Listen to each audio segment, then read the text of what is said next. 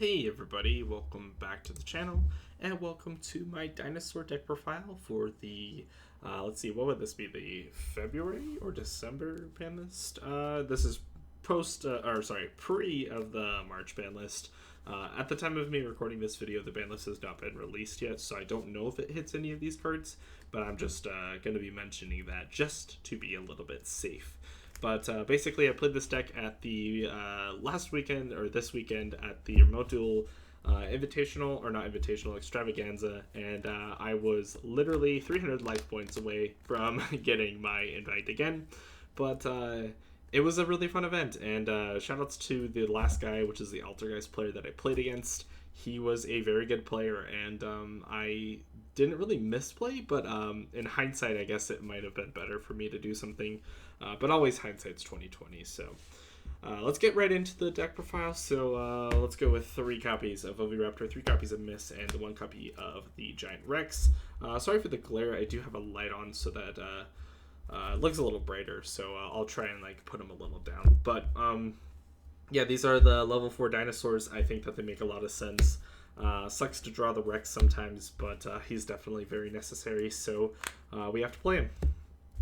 Next, for babies, we play 2 baby Ceratosaurus, 1 petite, and the 1 Archosaur. These just make sense. Not really much to say about this. Petite is actually very necessary, so don't cut it. The Archosaur is something that a lot of people don't play at just a single copy. A lot of people play 2. I didn't think it was necessary because I found it to be kind of a brick, especially if you draw multiple normal summons, which I felt like happened quite often.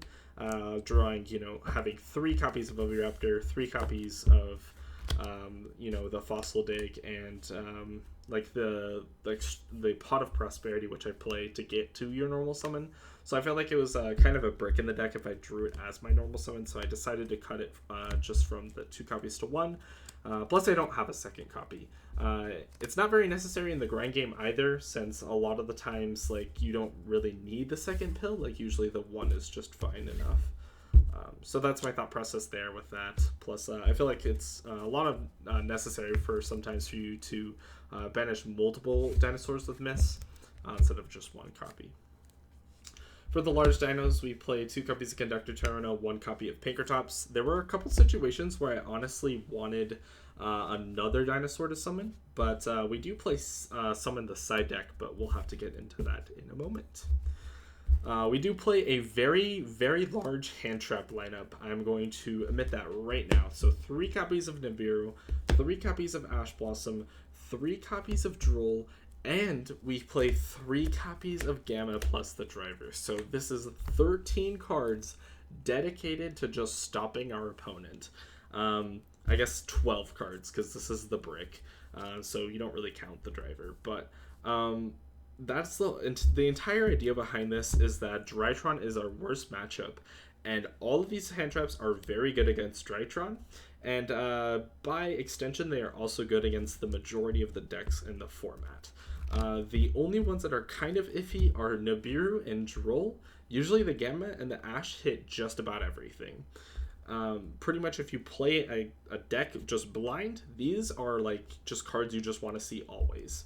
The Nibiru and the Drolls are not necessarily the best cards, but they are very good sometimes, so we decided to play them as well. Then, moving on into spells, we have 3 copies of Lost World plus the Terraforming. I literally just threw it on the ground. But we do play the 3 copies plus the 1 Terraforming. I'll grab it really quick. So the 4 here. Basically, this card is a really good card just consistency-wise, but it is horrible against the Drytron matchup. They can literally just turn it into Link Karibo and then just continue plays. It's really bad. So side this out against Drytron, or at least a lot of the majority of the copies of this card. I 100% would do that. Then the rest of the spells, 3 copies of Fossil Dig, 3 copies of Pot of Prosperity, 2 copies of Double Evolution Pill, and 1 Call by the Grave. So obviously Fossil Dig being a non-once returned Rhoda is super good. It actually was pretty often that I actually drew 2 copies in this tournament, so it was really nice. Prosperity is actually really good, and I think it's better than Extravagance because the idea is that you get a a bigger dig into your deck, deeper dig, I guess, and you get to just kind of pick through a bunch of cards. So it's better than Extravagance in this deck because a lot of the times you don't really want to see multiple just like card advantage cards. You just want to see like one or two specific cards in your hand, right? You don't need like the card advantage. You literally just need one specific card. You usually just need like one OV or one miss, and then your combo's like good. So that's the idea with Prosperity. I think that it's actually like really, really good in this deck. The half damage comes up quite a lot. Sometimes you want to kill your opponent through it. There is a way to do it, but it is kind of rare. It didn't come up today, but I do play it in the extra deck, so we can get into that in a moment. Call by the Grave I didn't draw, but it was fine. Double Evolution Pill I would not play 3 copies of. The 2 was just fine. I sometimes even just hated to see it in my opening hand, so honestly, could be worth it to cut it to 1 sometime in the future. Probably not. For Link 1s, we play 1 copy of Link Karibo, 1 copy of Secure, 1 Almirage. So the idea behind the Almirage is that if you draw Baby plus Pill, you can still make a Conductor Tyranno, whereas in normal hands you actually wouldn't be able to. But usually this was just Prosperity target to banish. Next, Link 2s, we play Pentastag, Lambda, and Phoenix. So, I think that these are all pretty necessary, especially since I play the Gamma. I have space in the extra deck, so I figured I might as well fit the Lambda. It came up like once or twice where the Lambda was actually really good to just summon the Gamma from hand. It's really good, actually. Pentastag and Phoenix are also just really good. Pentastag, obviously, like if you have Lost World, you can literally just like 7k your opponent with a Conductor Tyranno. Is really good. And Phoenix actually comes up quite often if you want to like discard a card, especially if you have a dead hand trap in hand and you have a pill that you need to like trigger that you didn't search for with Arco, like you literally just drew it for turn. Unicorn plus access code. This is the last 2 Link monsters in the extra deck. Usually you just make these to like out back row decks. That's about it really. Then moving on into Xyz monsters. We'll go for the more relevant ones first. So obviously the Lagia, the Dolka, and the Tornado Dragon I think were the most important ones. These are the ones that you make the most often, I think. They honestly are fine. I wouldn't play more copies since like you only need 1 per duel, but they are in there for those situations. Next we play a Dweller, Dugaris, and Exciton Knight. I think that they're important in this order. The Dugaris is really good, actually.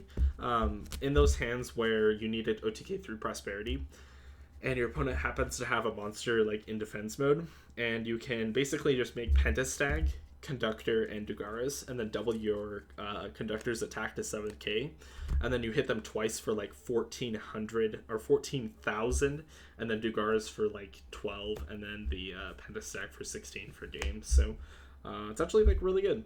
Comes up fairly often. Dweller's really good. Exciton Knight's pretty bad. I wouldn't play it again. And the last card in our extra deck is Omega. This came up like once, not to summon it though. I got Maximist. I sent this plus I think like All Mirage, and then I just returned it back to the extra deck plus their the Light Dragon at Ignister. And yeah, it was pretty good since he couldn't do anything with its effect, so it was really nice. I almost summoned it once, but it didn't come up since I think he like punishmented or something my Gamma. I don't remember the exact situation. I think he kind of had to since I had a Lost World. Then for the side deck, so this is a very interesting side deck. 3 copies of Cosmic Cyclone, 3 copies of Twin Twisters, 1 Harpy's Feather Duster, 1 Reboot, and 1 Coatless. So this is all for back row. Basically, the idea is that your Nibiru, your Droll, and Gamma are usually dead versus back row decks. This leaves you a lot of space, so 3, 6, 9, to side in these cards. So obviously you still have to fit in the driver somewhere, which is usually where you fit in Dogron into this. So Dogron is the next card in this side deck. I guess you can group it here with Coatless. So basically, Usually if you're playing against like Dragoon Eldritch, you want these cards because these cards are pretty bad. Sometimes you do keep the Gamma in though, obviously if you're playing against Dragoon Eldritch, but it's not as important. I think the Dogoran can be more important because usually you can like chain block like your Oviraptor, like normal Ovi, chain one Ovi, chain two Lost World, and then like search the Dogoran and then tribute over, right? Or you can like Oviraptor chain miss and then search this, or Oviraptor, like search for like Pankratops and then just like attack over it if you have a Lost World on field. Conductor Tyrannus can also like out the Dragoon, so the Dragoon's not really that big of a problem, right? So usually the problem is the back row. So that's why we're playing all of these cards to just out back row. That's the entire idea. I know that one of these Twin Twisters is an Ultra. One's an two of them are ultis, one an Ultra. You can definitely tell on this camera actually. But yeah, hopefully we'll get an ulti sometime soon. Third one, but probably not. So that's the thought process with that, honestly. Then the last 5 cards in the side deck are 3 copies of Lancia and 2 copies of Impermanence. So basically, Virtual World is kind of a buy, but like setting in the Lancia to like guarantee the matchup is like pretty good. Imperm is just like no one plays it this format, which it catches a lot of people off guard, right? If you're playing against some sort of like combo deck, they're not going to expect Impermanence. You can just side this in, especially against like Lyrilusk, Lyrilusk. Just like Imperm's actually like pretty good. Just don't use it on Submerged Link, it doesn't work. But it's pretty good otherwise, like, because if they like banish 4 for like a Tri-Beast, you can just like Impermanent and then they lose. They just kind of have to pass. So it does effectively the same thing in that situation as Lancia. So I thought that was really cool. I figured that these cards were the most impactful to put in. In hindsight, I should probably put in another card for Drytron because I still get 2-0'd by that deck, even though I'm main decking all of the hand traps in the world. I feel like I should definitely be finding a way to fit in 3 copies of the Cycle Reader, the one that banishes the 2 lights. So I might fit that in somewhere. Maybe like the Dogoran wasn't really that useful, so like maybe I'll fit in by like getting rid of like these 3 cards. Maybe, I don't know, maybe like the Reboot as well. Like, I don't know, these cards are like, it's kind of flexible like the side deck, but yeah, that's actually gonna go ahead and do it for today's video. I hope you guys enjoyed. If you have any questions, leave it in the comment section below. Also, if the Altergeist player that I played in round 8 is watching, let me know in the comment section below. I will pin your comment because you are a really good player, actually, and I really enjoyed our match. It was probably one of the most intense games I've had in quite a while. But with all that said, it is midnight. I am tired. I'm going to go to sleep. Good night. Hope you guys enjoyed. See you later.